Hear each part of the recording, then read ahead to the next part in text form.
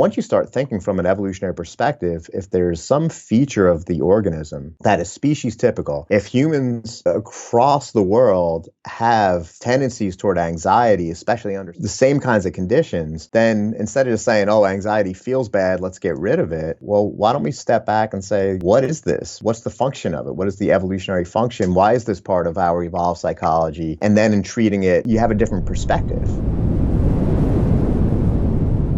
Glenn Geher, welcome to the show. Hey, thanks so much for having me, Chris.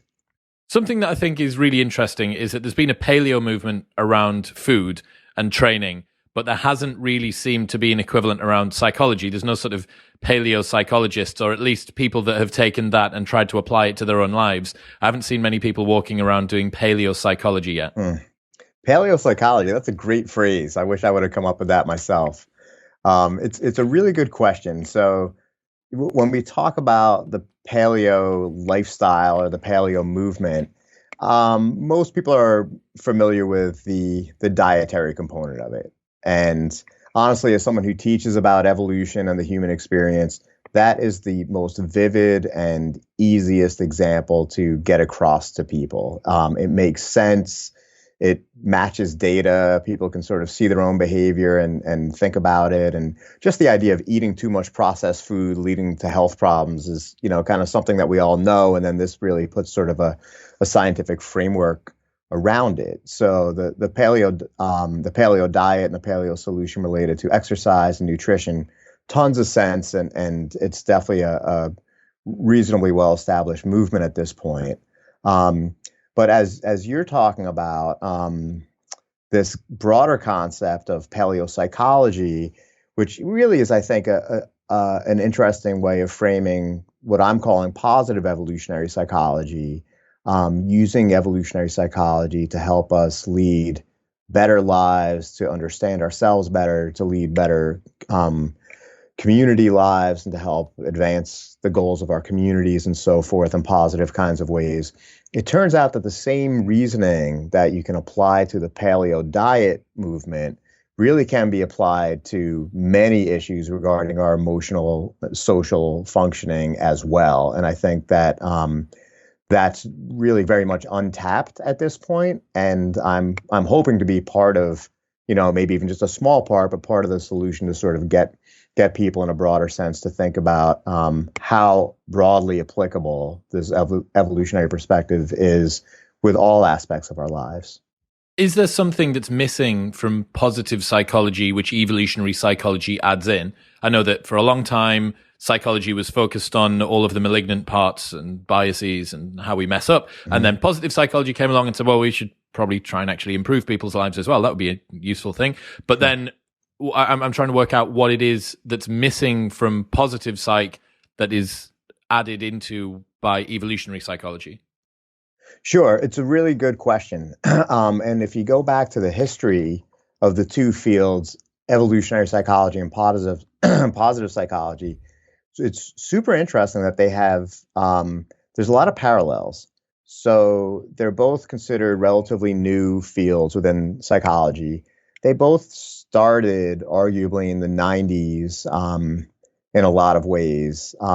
Positive psychology emerged when Martin Seligman became president of the American Psychological Association and really made a big call to behavioral scientists and practitioners saying, exactly what you're talking about. Why can't we study the positive features of the human experience scientifically so that we can amplify the good and the positive, which I think is, I'm totally on board with that message and with a lot of the work that's been done.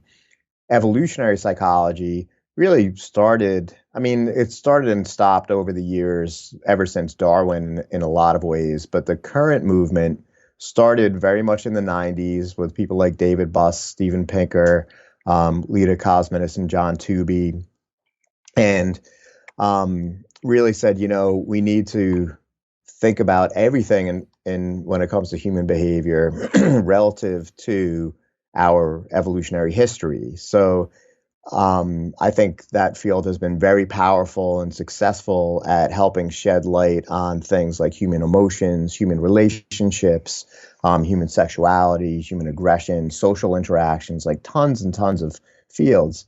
And when my co-author Nicole Wedberg and I were thinking about this idea of positive evolutionary psychology, the big insight that we had was, positive psychology is great, but if you look at the literature in the journals, the academic journals of positive psychology, such as the Journal of Happiness Studies and so forth, and the main textbooks in the field, it's very devoid of evolutionary thinking. And it doesn't seem intentionally so.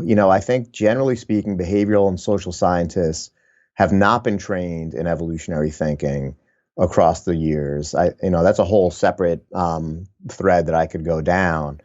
But positive psychologists don't have that training, and so when you read their articles, their scientific work, the general theme tends to be, how can we make people happier?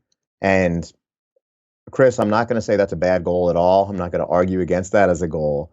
But when you start thinking about things from an evolutionary perspective, that starts to look like a very limited approach to sort of what we should be doing in terms of trying to advance humans, advance our society, advance our scholarly work. So the idea that we came up with, well, why don't we do what we can to evolutionize positive psychology, see if we can integrate these two fields. And I will tell you quickly that my co-author Nicole and I went to a symposium one time. It was all positive psychology research presentations. It was held on our campus.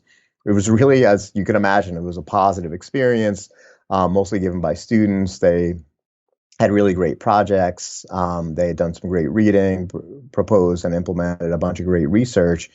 And the insight that Nicole and I had after talking to every presenter and looking at every presentation was that not a single one of them mentioned or even came close to thinking about things from an evolutionary perspective.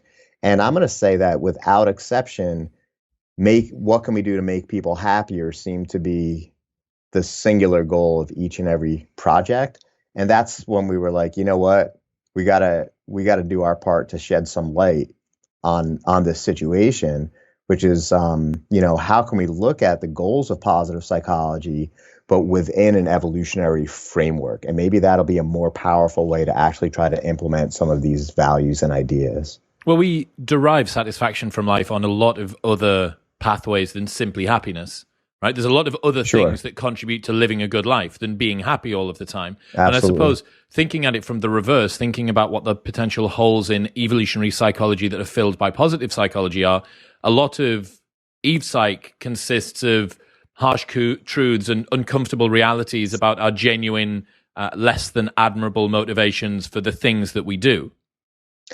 Absolutely. Evolutionary psychology is pretty famous for studying the dark side of the human experience. And, there's a general negativity bias that people have. So, even if a good percentage of evolutionary psychological research has not been on the dark side, negative dark things tend to stand out in our minds. Just as an example, we had a great speaker on campus the other day, virtually presenting, and it was Todd Shackelford, who's really renowned alum of David Buss, and now he oversees the psychology department at Oakland University in Michigan. And he's published a ton, largely on facets of sperm competition and how that relates to behavior and infidelity. No way. Oh yeah. Great research. And he gave a talk that's the specific concept, then he had multiple studies on this, was the phrase he used was forced in-pair copulation, which is essentially, I almost feel like I have to like trigger warning with something like this. It's essentially like rape within a pairing, within a monogamous pairing. Mm-hmm.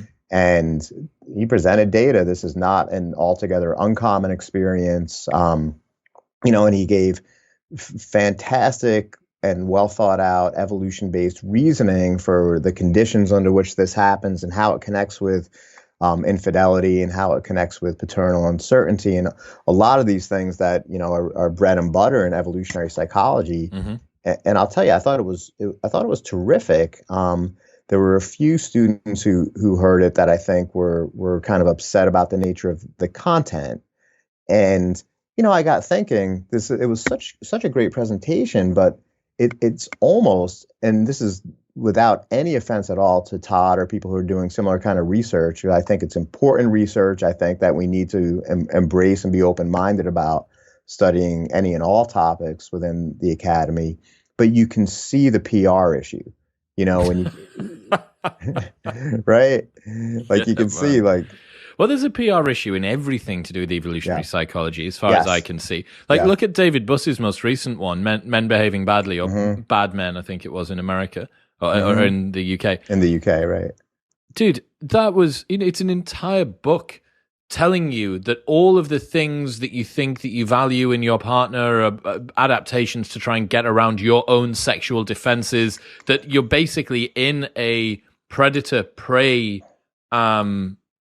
it's analogous to predators and prey that we have one party that gets a new type of trick and then the other one has to learn about how the trick works to then dampen that down. Dude, our motivations for most of the things that we do, it's not that they're not virtuous, but they're not as pure as we think that they are. They often come from a place which is significantly more zero-sum, it's significantly more competitive, it's significantly less altruistic. Sure. Absolutely. And it's funny because I know David reasonably well, and I think the world of him and his research.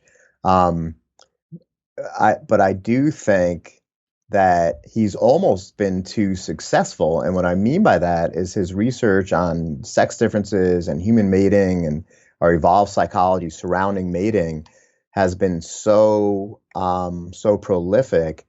And that's one of the things, and there's, like you're saying, there's multiple things in evolutionary psych, but that's one of the things in evolutionary psych that makes a lot of people in the modern landscape feel uncomfortable about. This idea of... I that makes a lot of sense. It would be nice if David Buss is looking at some of the darker aspects of human nature through an evolutionary lens. It would be nice to have somebody who is equally well known, but looking at some of the lighter sides. But I suppose you're right. It's just less. It's less attention grabbing. Yeah. Who wants to know that you're nicer than you actually thought you were? Right, it's just not going to grab headlines. So do you think, is that one of the big hurdles? Because I'm fascinated by evolutionary psychology and constantly surprised. I'm also fascinated by the fact that it hasn't been integrated into modern society tremendously well. Right. Yeah. I think it's quite fascinating that way. I think that, someone like David has been, he's been so prolific. There have been, if you step back, there have been efforts and attempts to study the bright side of our experience from an evolutionary perspective. A good example is David Sloan Wilson of Binghamton, who studies and has studied altruism very extensively. And he studies religion, but from like a very evolution-based scientific perspective. And he's, for a secular scientist, David, I think, is very very kind to religious ideology, kind of talking about how it's steeped in our evolutionary history and what are the benefits and what are the communal benefits, and why was this such a successful approach to organizing human social interactions. So I think that there actually is quite a bit of stuff on all sorts of things about human behavior and community and interactions. But, I will tell you, when you ask people, what do you think about evolutionary psych? A very high proportion of people say, oh, that's the stuff that says that men and women are different and that, it justifies males' bad behavior and this kind of thing. And it's like, you hear this from person after person. I'm like, no, that's, this is like, it's like there's a pie and this is like maybe a small slice of it that's kind of related to what people are talking about. But man, they hear that and they latch onto it. So that's something quite interesting, because a lot of the time when you bring up the fact that people who are perhaps on the left might have an issue with some of the conclusions that are drawn from evolutionary psychology, and most of the responses to that are, these people on the left are idiots, they're denying the way that we work, blah, blah, blah. But another interesting way to look at this is you also are not only getting a perhaps overzealous response from the people, but you're also not showing everything from the subject area as well. There's another big bit of this which is being missed off. That's a an interesting way to look at it. Yeah. Yeah. Some of the stats that you mentioned, you have it in the introduction. You have a couple of interesting insights here. Men are more than twice as likely to experience early mortality, death during young adulthood compared with women. Is that Sure. risk taking? It's related to risk taking. Yeah, this is the work of Dan Kruger and Randy Nesse.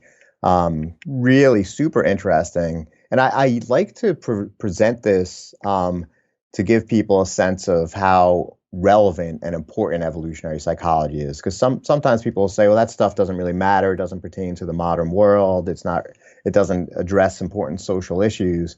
And the stuff on male to female mortality ratio is huge. It's a very reliable set of findings. So Dan Kruger, who's an evolutionary psychologist who works in a school of public health at University of Michigan, he has access to all kinds of health-related data, and started with his then mentor Randy Nesse, who coined the term Darwinian medicine, huge scholar in the field.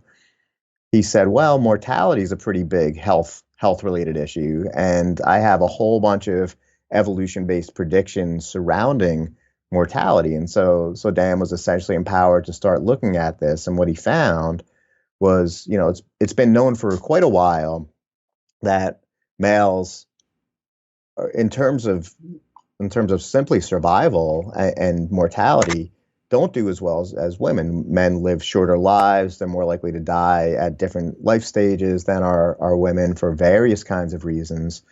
And that had been known, but what Dan added to it in his research was, he said, based on evolutionary reasoning, since mating is so intensive and competitive, and mate selection in particular sort of starts in the late teens and peaks in maybe the early to mid 20s, we would expect that to be a part of life where men are particularly more likely to outdie women. I can't really, that's the best I can, in terms of how I can word it. And what he found was exactly that males always are more likely to die than women at every population that's been studied at every age. But when you get to the teenage, about 15 to 25, you see a big peak, huge, like there's a huge spike in the data, and then it kind of smooths out a little bit. And I'm like, that's relevant. If you think that's irrelevant to societal functioning, I got news for you. If it helps us understand life and death for millions of people at any given time, I'd say that's highly relevant and something that we would do better just understanding. So, well, that's when men are getting into gangs. That's when men are doing antisocial behavior. It's when their testosterone levels are highest. And then it starts to taper off toward the end of their 20s. It's when they're getting into prison. It's when they're causing the most violent crimes. It's when they're most likely, I'm going to guess, probably to be killed or to kill someone. Both. And physical causes. So Dan divided things into what he calls internal versus external causes of death. And these effects were big for both kind, but they were particularly exacerbated for what he called external causes. So that is fights and murder and homicide, and things that he calls like risky kinds of things. Car crashes, driving fast. Yeah, exactly. The reason that men are paying higher, young men are paying higher insurance rates than young women is boy races. Yeah, it's all tied into the same exact thing. There's a phrase to capture this put forward by Daly and Wilson, some other folks who sort of carved out the field. And the phrase is young male syndrome. And the idea is that, young men who engage in risky behavior to the point that it can be dangerous and lead to all kinds of adverse outcomes, including premature death, that's a natural feature of the male experience. In other words, when we see this kind of stuff, it's not like, oh, that guy's an idiot. It's what it is that that's part of the male developmental experience, and it's so common. Those kinds of things are so common. And then if you think about like shows like, I remember I used to watch the show Jackass, which I don't know if you remember, like it's just guys, it's guys being stupid. It's young men being stupid. And and risky It and all these. was young men being stupid, but Yeah. Johnny Knoxville's in his late 40s or 50s now, and they've come back and done Jackass 3, and Steve-O's back in it, and everyone else is Oh, back in it. really? And that's just come out. So I Oh, think they that's might good be to know. outliers that just haven't learned their lesson. But you're totally Sure. correct. What's adaptive about that risk-taking behavior for young, or what would have been adaptive about that super high risk-taking Yeah. behavior for young men? Sure. Well, as is true in most sexually reproducing species, not everyone gets to reproduce, and from an evolutionary perspective, reproduction is what I like to call Darwin's bottom line. And being shut out of reproduction from an evolutionary perspective is something that you would totally expect any and all kinds of adaptations to emerge to prevent being shut out of reproduction, because any of our ancestors that didn't reproduce didn't become ancestors. So the ones who did reproduce had whatever behavioral and physical adaptations that ultimately cultivated reproduction. So I think, then you step back and be like, well, why are young men like this? And mathematically, the answer essentially is that it's a risky strategy under some conditions.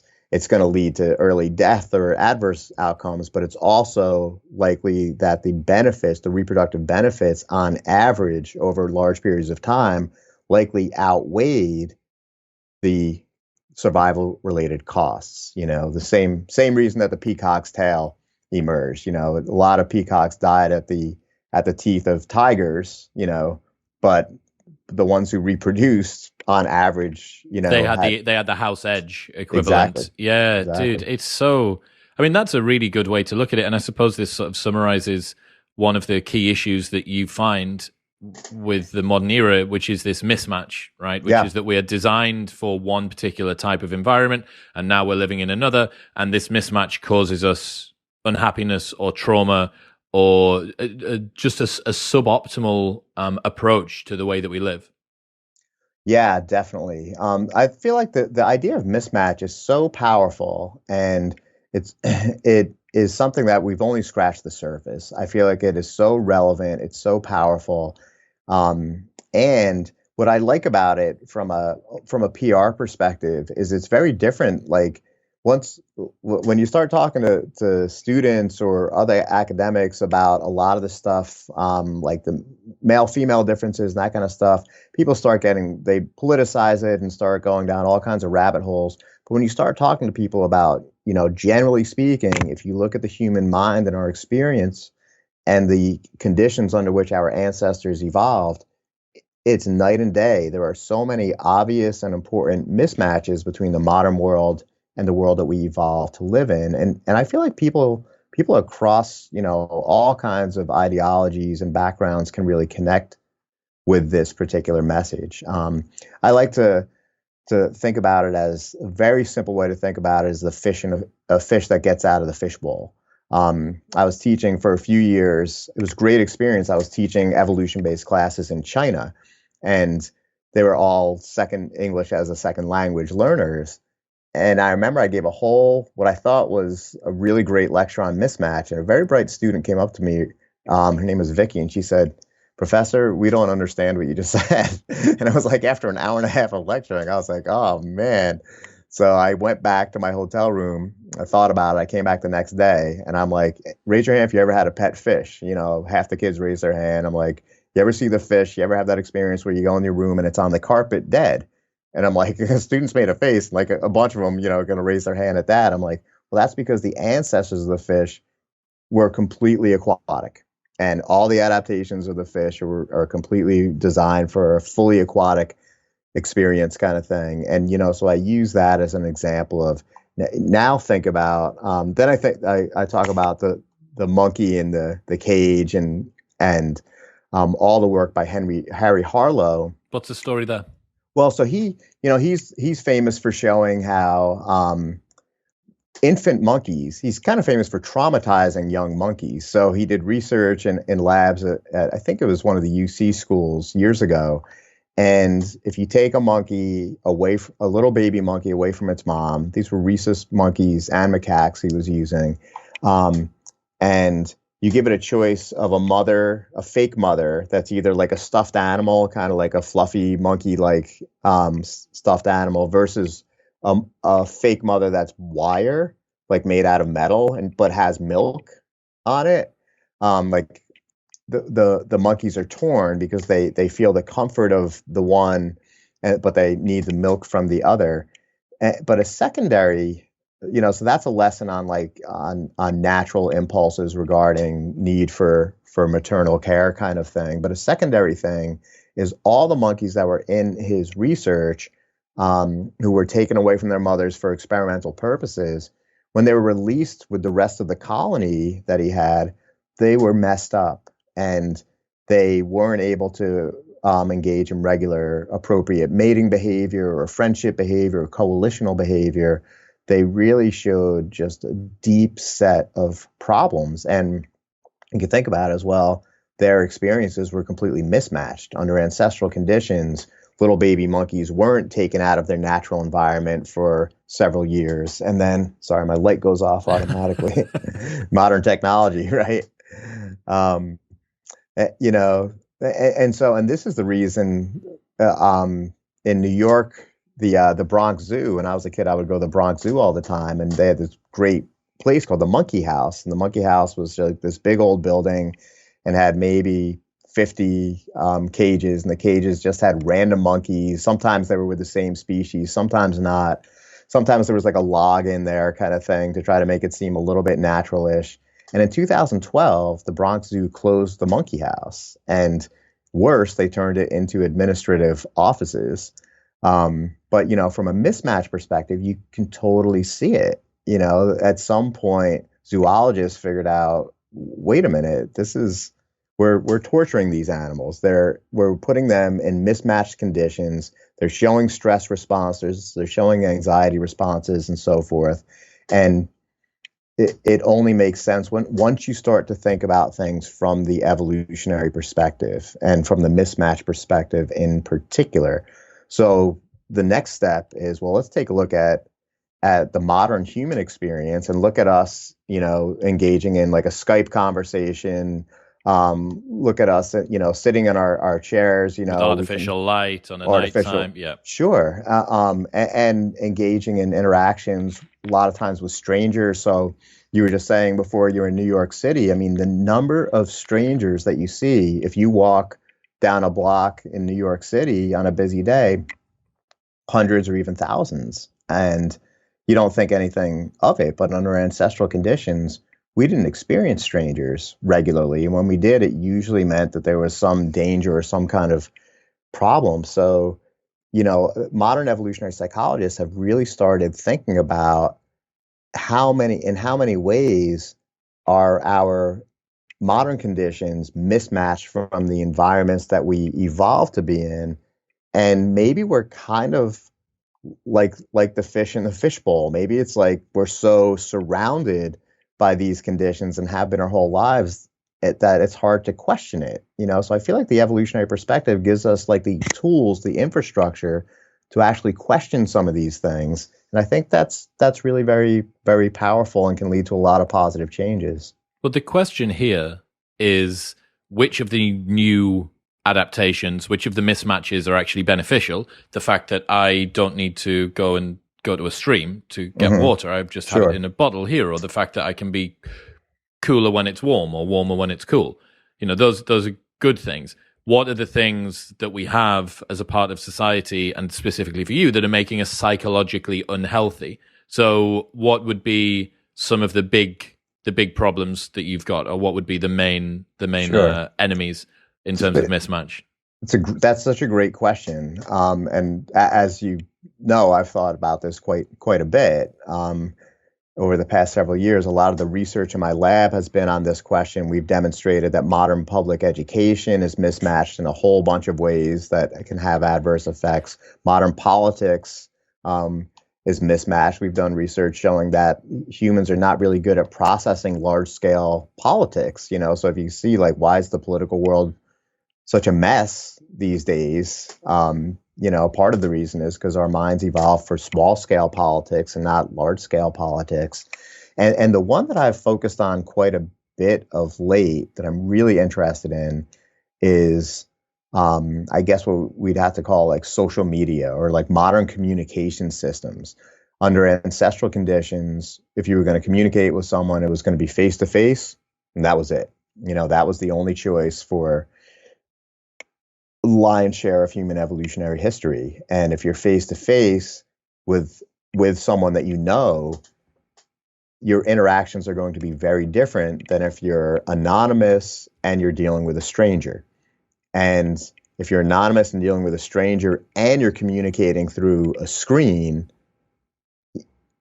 suddenly like the number of mismatches that creep into it are enormous. So when I teach about this, I'll ask my students, I'll say, just write down what percentage of your communications with other people in the last week has been of the non-face-to-face variety. And on average, we usually see they'll say 70, 80%, and I've got to tell you, it's for my generation, that's starting to be true as well. We used to sort of laugh at the young kids and their cell phones, and now everyone, grandmas, grandpas, everyone's addicted to their cell phones. And it's such a problem because, like you're saying, Chris, the number of benefits that come from this are obvious. The simple way to think about it is, with this simple thing right here, I can ask and answer any question in the entire history of the world within 1 second. Like at any moment, at any time. It's crazy. The power that has. I can communicate with people immediately. If I have a family member that is in trouble, I can immediately provide kind of financial or some other kind of help. So the benefits are all, I think, very obvious, and we think quite a bit about those benefits. What we don't see, because we're the fish in the fishbowl, what we don't see is the problems associated with it. And when you start thinking about it from a mismatch perspective, man, there are problems. So I'll give one example: anonymous communication. Under ancestral conditions, there wasn't anonymous communication, and in fact, we kind of evolved to be a little skittish about anonymous communication. So, when you go to the grocery store, someone has their name badge on. When a student comes into my class, I say, "Hi, I'm Glenn. What's your name?" Your name's on the roster. Doctors introduce themselves by name. If you think about the professions where anonymity is part of what they're doing, it's really rare. I like to give the example of clowns. I wrote a whole piece about why clown phobia is pretty common. I'm like, well, clowns are that's the only job where you're hiding your identity. They have a made up name. They got this. They're in a mask. They're in a costume. They don't break character. That's creepy. But it's partly creepy because under ancestral conditions, we were only dealing with people in a face-to-face variety. On top of that, when you look at research on antisocial behavior, the best way to get people to do bad things is hide their identity. You did a Halloween. There was a Halloween experiment about this. Yeah, exactly. What was that? So this is a study done by Geher in the 1970s where they brought kids. Kids were trick-or-treating. And so the kids were going to this one particular house where they were videotaping the kids, and they measured whether the kids were wearing a mask or not. Some Halloween costumes have masks and some don't, of course. And they looked at whether kids were in a group or not, because when you're in a group, your own identity kind of gets diffused. And then they did the classic where they put out the bucket on the front porch, and that bucket, almost without fail, will have the phrase, on a yellow Post-it saying, "Take one." Everyone knows the rule. And so, of course, kids are kids, and they're not going to always take one. And what they found was that both of those variables, if they were in a group, each individual kid was more likely to take a whole handful. And if their identity was hidden, if they were wearing a mask, people couldn't tell who they were, if they were Darth Vader or this kind of thing. Under that condition, they were also more likely to engage in antisocial behavior and just snag a whole bunch. What do you think the effect on the group says? Is that just diffusion of responsibility? Yeah, yeah. So diffusion of responsibility is a phrase that a lot of behavioral scientists will use for that, where it's an ironic finding, and the finding essentially is that when there's more people, when there's a bigger group of people, um, each individual has less feels and experiences less responsibility for whatever's going on. So people are more likely to do the wrong thing, especially if other people are doing it. They're less likely to help someone in need and this kind of thing. One ironic thing on that is that if you need help, you want fewer people around rather than more people around. There's those stories about blocks of flats and somebody being attacked downstairs and nobody calling the police because everybody presumes that somebody else is going to call the police.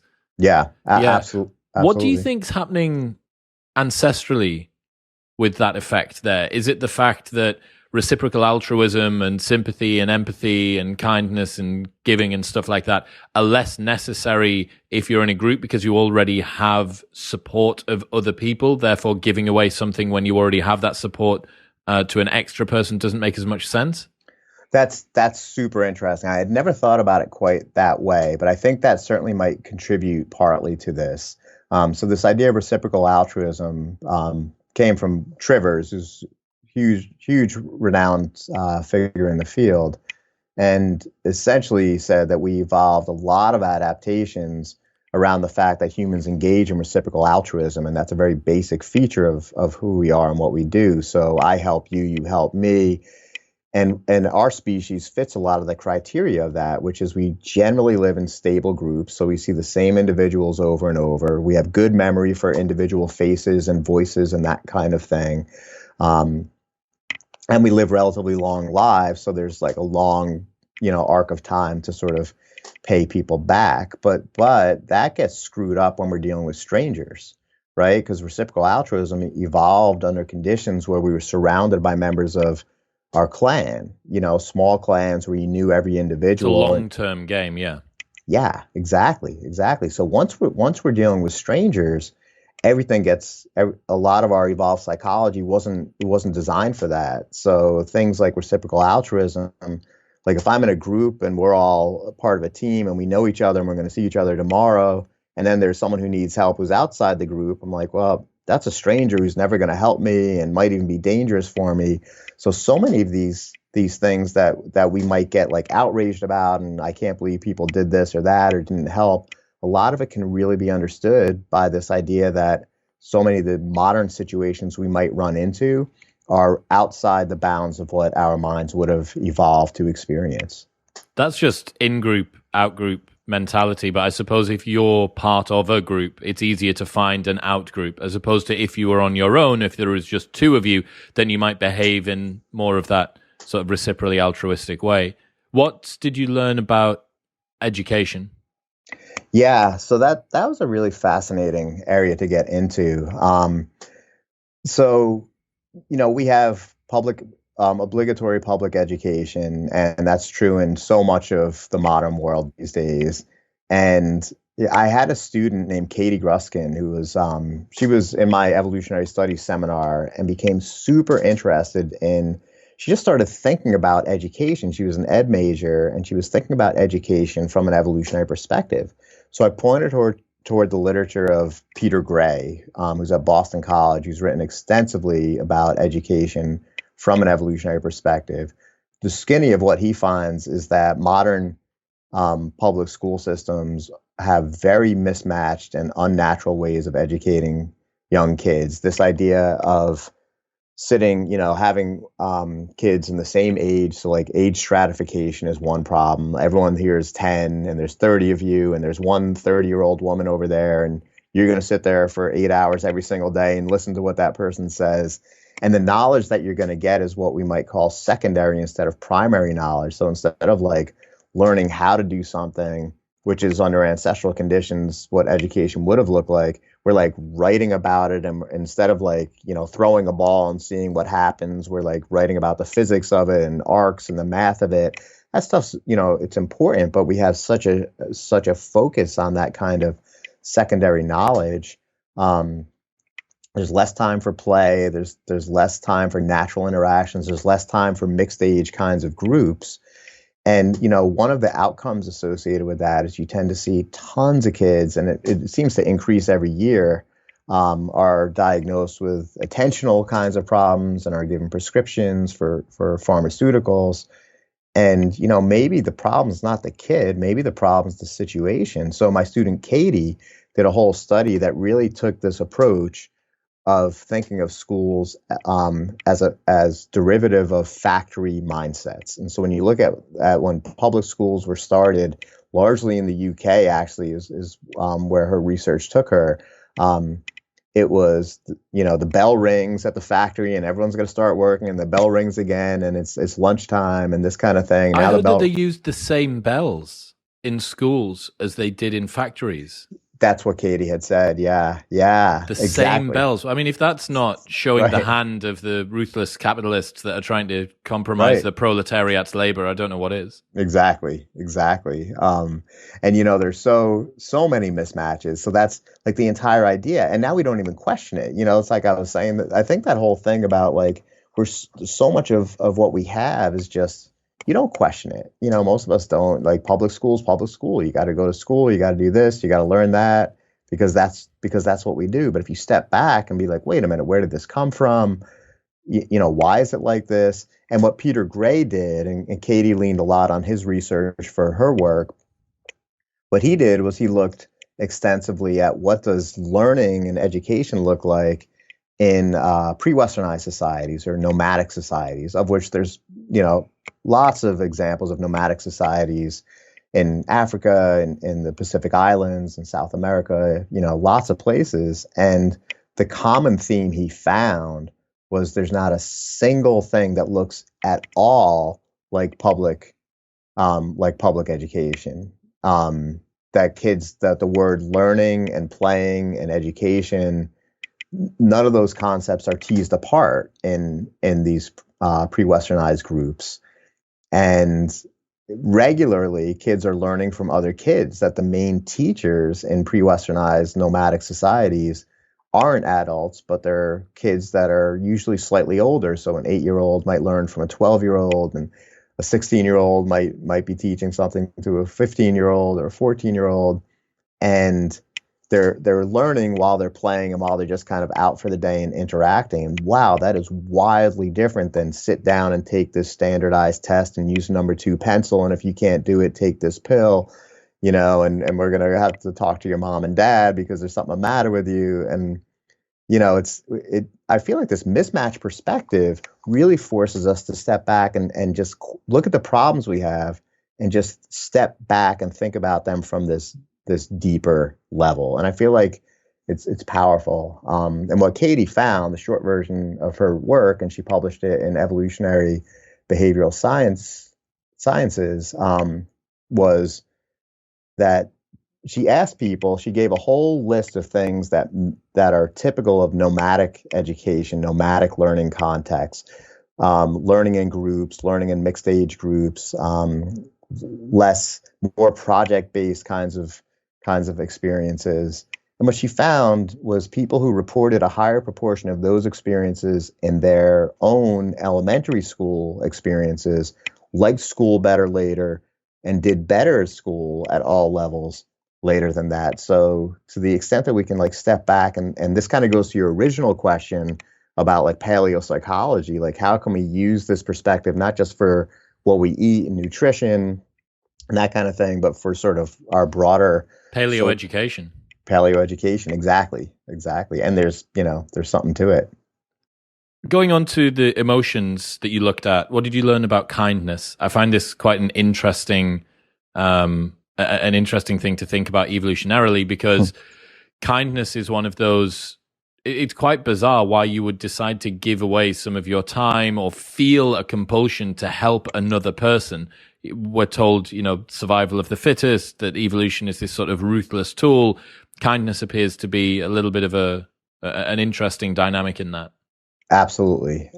So kindness from an evolutionary perspective is super interesting for all the reasons that you just pointed out.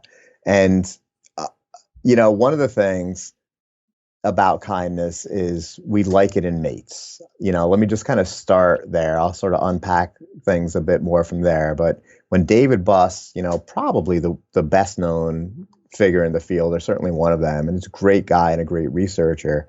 When he did his famous research in the late 80s, early 90s about what do people want in mates, what got famously amplified from that was how men and women want different things across lots of cultures, and that's true.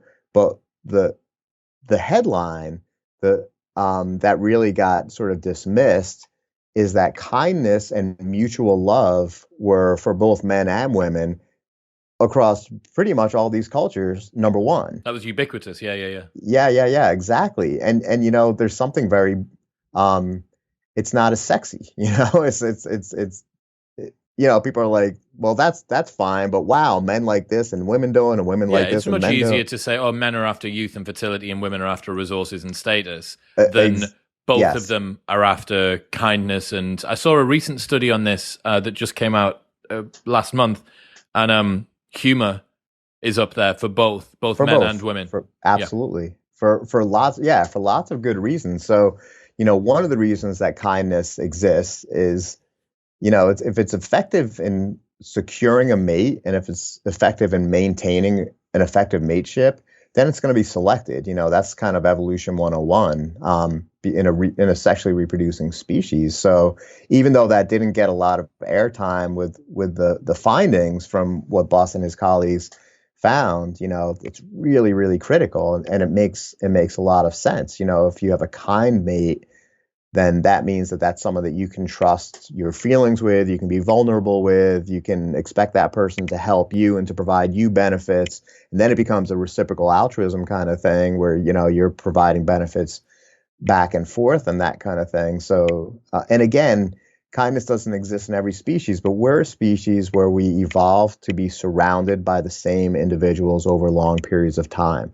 And that social ecosystem has to be considered strongly when we think about our evolved psychology. So under that kind of condition, it makes sense that kindness would evolve because individuals need to get along with one another. And if someone gets a reputation as exploitative or stealing from others and not putting in their fair share, they're going to be outed by others, and they might end up being ostracized or punished in various kinds of ways. So I think that the importance of kindness as essentially an adaptation that helps make people attractive as mates, as friends. We're doing a study right now about leadership, and there's multiple paths toward leadership. Some leaders become leaders because they're ruthless and intimidating and selfish and scary. And some people become leaders because they're so kind and genuine and other oriented that people trust them and like, yes, this person has my interest in mind. So I think that kindness certainly has a place in the human evolutionary story for lots of different reasons. I suppose that you can see quite easily here how the evolutionary mismatch is at play, because in the modern world we can live on our own in an Airbnb, getting food delivered to us, and we're safe because the police have the streets, and we're warm because there's electricity and heating, and we don't need other people. If you have sufficient resources, you can go through your entire life basically not interacting with other people, and apart from maybe over the internet or your remote work job. But the difference is we would have never been able to survive on our own previously. And that kindness would have engendered other people to want to help us. It would have meant that we would have been less likely. Speaking of that, actually, I know this isn't specifically what you looked at, but I'm fascinated by the evolutionary explanation for depression and anxiety. Have you ever looked at that? Yeah, absolutely. And that's something else that we cover a bit in the book. It's really interesting because from a positive psychology perspective, generally speaking, eradicating negative affect, negative emotional states seems to be a paramount goal, and trust me, I don't like anxiety or depression as much as the next guy.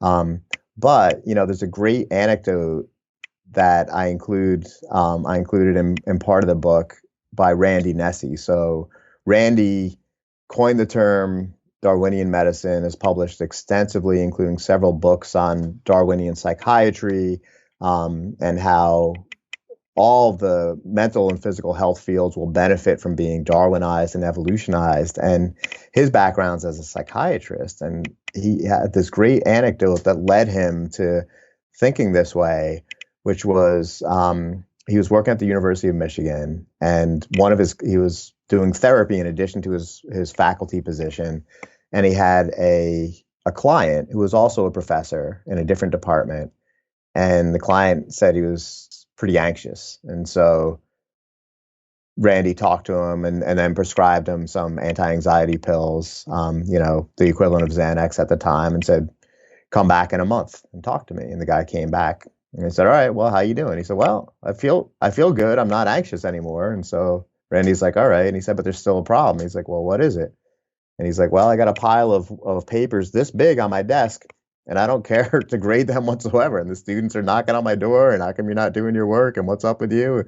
And apparently that motivation to sort of get that stuff done went away with the anxiety, which gave Nesse the insight of, wait a minute, maybe the negative affective states, such as anxiety, as unpleasant as they may be, have a very important evolutionary function. And once you start thinking from an evolutionary perspective, if there's some feature of the organism that is species typical, if humans across the world have tendencies toward anxiety, especially under certain kinds of the same kinds of conditions, then instead of just saying, oh, anxiety feels bad, let's get rid of it, well, why don't we step back and say, what is this? What's the function of it? What is the evolutionary function? Why is this part of our evolved psychology?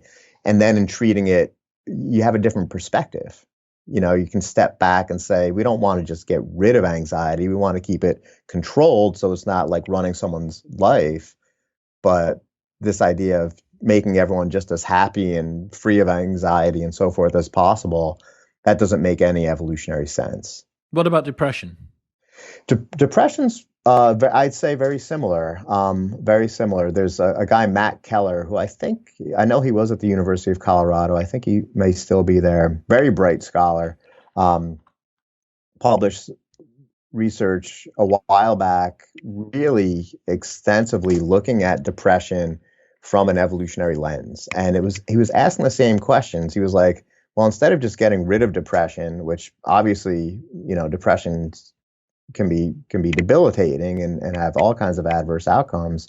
It's like, but what might be the evolutionary function of depression? It's essentially the question. And what he found was, even though the DSM, which is the main book that's used for diagnosing mental psychopathologies and mental health issues on a large global scale, the DSM at that time, when it talked about depression, it did not take, and it still doesn't, it didn't take an evolutionary approach. So it just had all these symptoms, and if you've had these symptoms over this amount of time, then we're going to call you depressed. And what Matt Keller found was that depression can actually come about by multiple pathways, and probably the best way to address depression is to think about the pathway that led to it. The two specific contrasting examples he gave, one was the loss of a loved one. So loss of a loved one is a classic catalyst for depression. People might become depressed depending on the closeness of the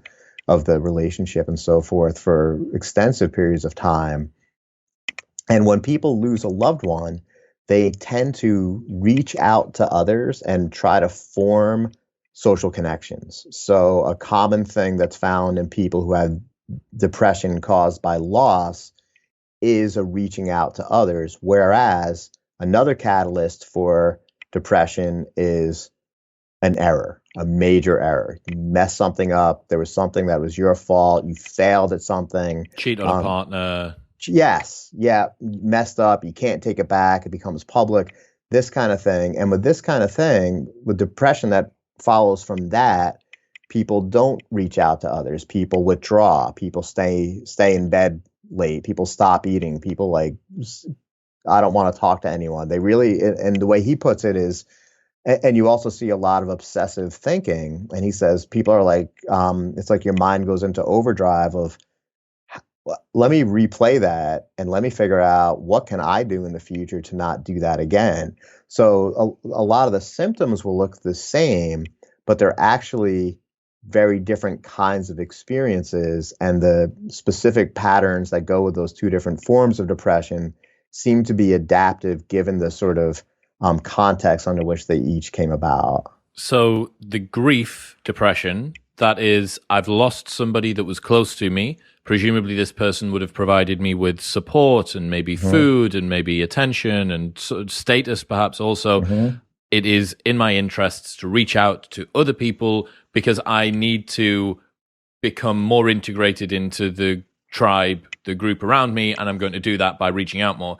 Whereas if I'm out on a hunt and I mess up and somebody gets hurt, or I cheat on my partner and I get found out, reaching out to other people in the tribe when they might think of me badly is probably not going to be tremendously effective. So something that I can do is keep myself to myself, reduce my energy expenditure, try and overthink whatever it is that's just gone on in a desperate attempt to try and drill that lesson into me and then move forward. Dude, that's so interesting.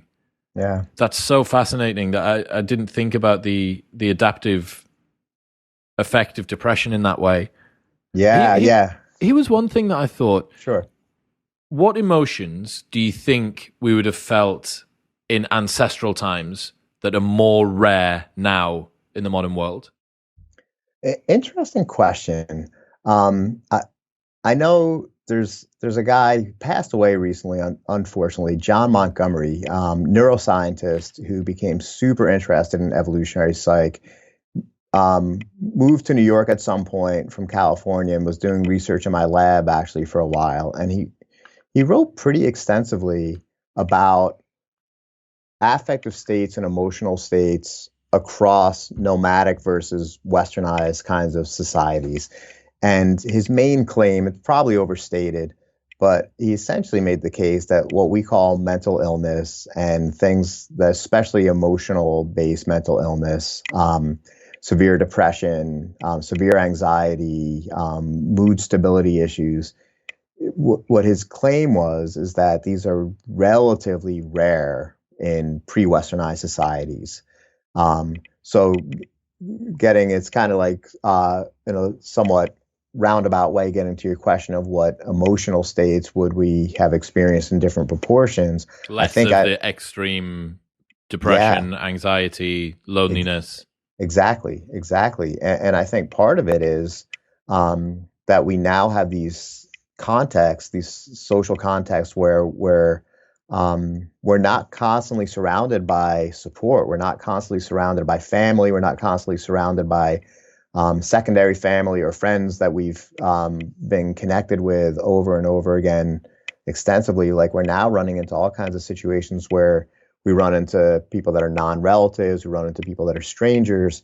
So we have all these environmental conditions that are, especially socially, that are so different from ancestral conditions.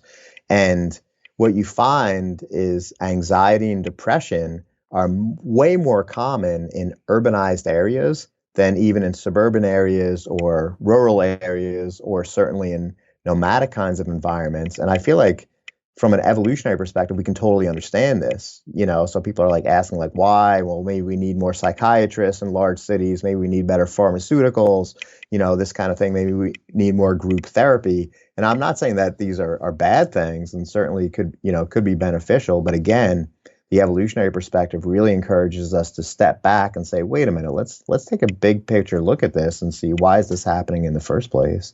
I wondered whether awe would be an emotion that we might feel a little bit more ancestrally.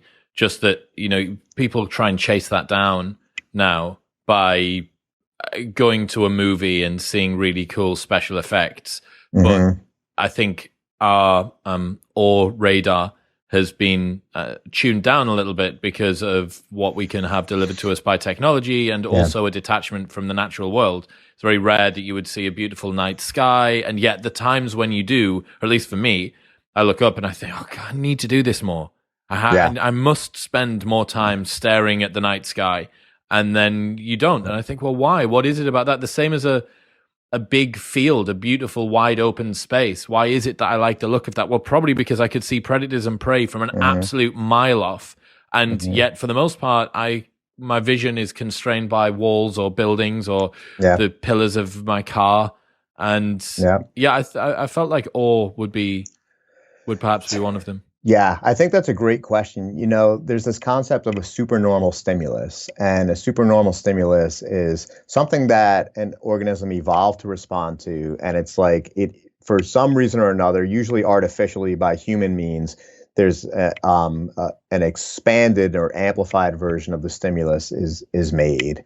And a lot of times, you know, we can think of companies as making all kinds of products that are just like amplified versions of things that we gravitate towards. So you like food that's high in carbohydrates and sugar and salt. Well, here's McDonald's, you know, and it's cheap on top of that kind of thing. So I feel like in the modern world we have things that are just like would have been unbelievable under ancestral conditions. Would have been, you know, a McDonald's milkshake 20,000 years ago would have been by far and away the sweetest thing anyone on earth would have ever experienced. And now you can get one every single day for like $2. You know, and so we get a little bit desensitized to it, you know, and then the other part of what you're talking about, Chris, and I'm a huge advocate of the outdoors. And, you know, I lead hikes on our campus. We have great mountains right here in New Paltz, and try to get outside as much as I can.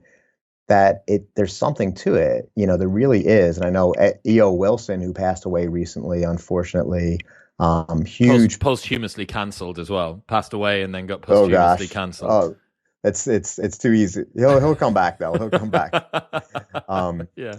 But he, you know, he wrote about biophilia, which is essentially what you're talking about, which is we have an inherent natural love of the living world. And we do because our ancestors needed that. We needed to know flora and fauna. And we needed to know where the water was and when the water was going to be at a high point versus a low point.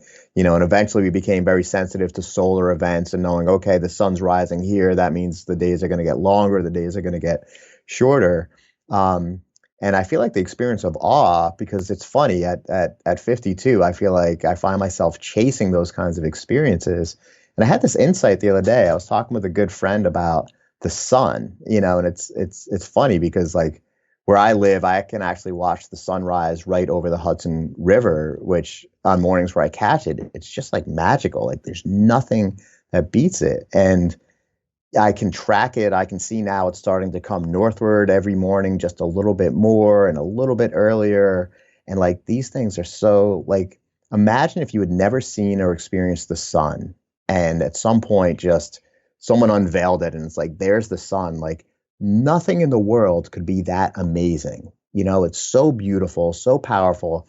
And when you think about so many like nomadic groups and ancestral groups that were like sun worshipers, like, yeah, because that thing, that's the energy for all of us. That's providing everything for all of the food that we're going to need for our sustenance.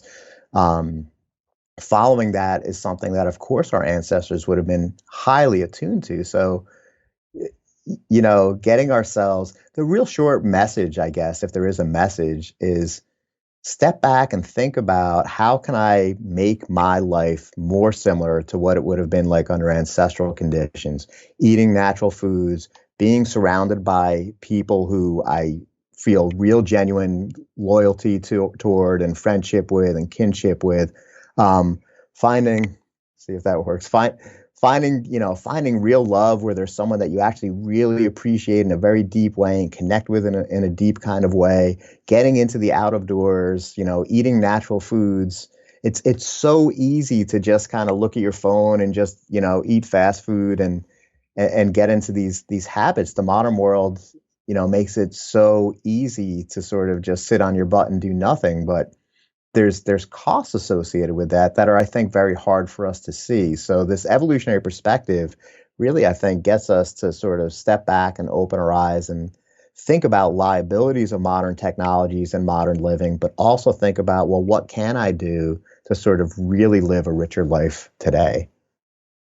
It's something that I think about a lot. I think it's something that everybody thinks about. Everybody knows that the things that they do on a daily basis are probably not all the best for them, right? We constantly have this tension inside of our minds, this whether it be productivity guilt or connection with family guilt or overwork guilt, whatever it is, right? There's some sort of shame or resentment that we have for the way that we've spent the last 24 hours because we could have got up earlier and seen the sun, or we should have gone out for a walk more, or we should have called our parents, or we should have done whatever. And, previously there wouldn't have been anything else to do that wasn't that. It would have been, the majority of your life would have been spent outdoors with your family, eating natural foods, because there was no alternative. That was it. It very much is. Increasingly, I'm thinking about this, that we are kind of trying to reinvent a happier version of life. That's generally what the modern world is, right? Yeah. We've tried to create a happier, safer, more convenient version of life for us, because otherwise we'd just still be living on fields and plains. And it is very much the job, I think, of the modern human to try and think, right, what has the world thrown out? Which part of this bath with bathwater was baby, and which bit of it should I have held on to? And that's the sort of the perennial challenge that everybody has at the moment.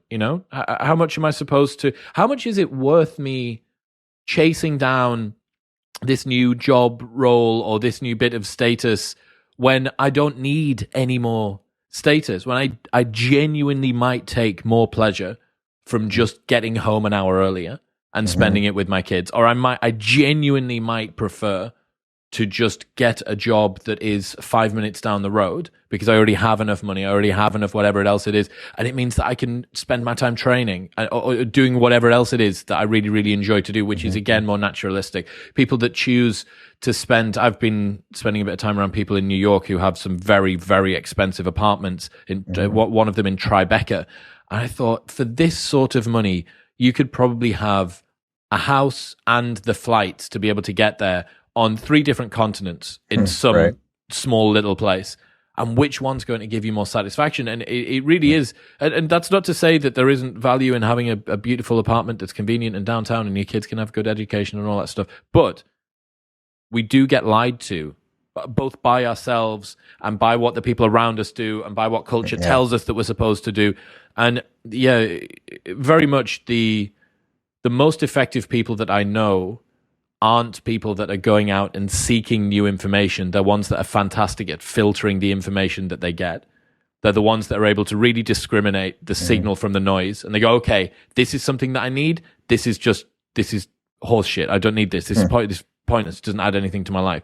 And that convenience is the final sort of nail in the coffin, that when you mix hypernormal stimuli with always on availability, it's really difficult. I'm walking down the street. I was going to the gym earlier on. I walked past the Krispy Kreme in Times Square. And I thought, I'm on my way to the gym. Why am I looking at this Krispy Kreme place as if I want to go to it? Like, I'm literally going to offset it. Well, it's because it's there. It's because it's directly in front of me, and because there's basically no benefit in the here and now for me doing it. There'll be a benefit, there'll be a pain, for me to pay tomorrow or in a couple of weeks' time when I'm not as lean as I want to be. But yeah, man, I think I really hope that paleopsychology becomes more of a field that people pay attention to, because I genuinely do think it's probably got a lot of the answers to questions that people feel are super existential and are actually just mismatches between what their system is used to and what they're doing now. Yeah. I mean, I appreciate it. I think you've articulated that really well, and certainly a lot of the work that I've done in the last few years has really been trying to advance exactly this. One angle that I've thought about quite a bit has to do with government and business organizations, where especially like producers of technology. So you can imagine the companies that are social media companies or Apple or companies that are making these technologies. Wouldn't it be great if they had trainings or personnel or some structure that explicitly connected with an evolutionary approach? Wouldn't it be great if Snapchat and Instagram had people at a very high level with an understanding of, this stuff can be addictive, this stuff can be problematic, and what can we do, understanding human evolved psychology, what can we do with this product to help minimize those those unforeseen liabilities. Well, And I so I think feel I like think there's what they're doing, what these people are doing, they do understand the evolution, or at least in part they understand it, but they're using it to further magnify the revenue and the time on the revenue. sites that they do with these apps. So yeah, I think first off, you would need to have a change of philosophy. You know, if you give these people a deeper understanding of how the human brain works, to me, that just seems a lot like you're giving them more leverage to be able to take people's time away. But I think that you're right with that as well. It'd be fantastic if these technology companies could use the insights around how our minds work to make our lives better, because it's their choice what we do with our devices. They could make the apps less addictive. They could make the time that we spend on them more meaningful to us. They could connect us with stuff that makes us feel better rather than more outraged and blah, blah, blah. And I wonder whether we're going to look back in 50 years' time at this period in the same way as us looking back at those ladies that used to lick the nibs of the paintbrushes that had radium on them and think, what were you doing? Or the people that worked in next to factories that were spewing out smoke, and just see it as, you know, this was a perhaps necessary cost en route to finding a more refined version of something that would later be a completed product. But God, I'm glad that I didn't live through that time. Wow. That's a very powerful idea. And to be honest, I think what you're painting is almost a best case scenario. Or that it gets better. That's presuming that it gets better. Right. Yeah, with VR and metaverse and augmented reality and Neuralink and stuff like that. Yeah, when you can't escape it anymore, if we don't fix the philosophy problem around this misalignment between what we want and what the apps do, yeah, it just gets deeper, right? It just gets more embedded. Yeah, I think so. I think you're absolutely right on that. Glenn Geher, ladies and gentlemen, if people want to keep up to date with the work that you do, where should they go? Oh, well, I've got my website, glengeher.com, and I also have a Psychology Today blog called Darwin's Subterranean World, and I would be more than happy to connect with people who have questions or want to engage in discussions. Dope. Thanks, Glenn. Yep. Thanks so much, Chris. Appreciate being on the show. What's happening, people? Thank you very much for tuning in. If you enjoyed that episode, then press here for a selection of the best clips from the podcast over the last few weeks. And don't forget to subscribe.